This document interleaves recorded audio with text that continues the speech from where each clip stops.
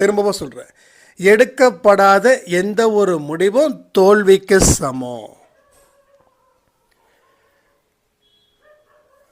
அப்போ நிறைய மனுஷங்க திறமை இருக்கிறவங்க கூட தோத்து போறாங்கன்னா எந்த ஒரு முடிவை எடுக்காம இருக்கிறதால தோத்து போறாங்க.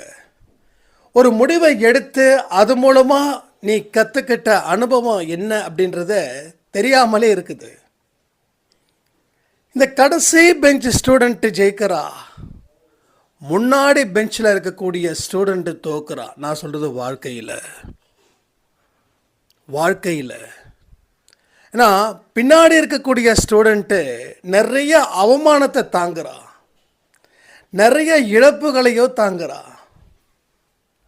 பலவிதமான கஷ்டங்களையும் அவன் அனுபவிக்கிறான். அதனால் அவன் மனது அங்கே பக்குவப்படுது.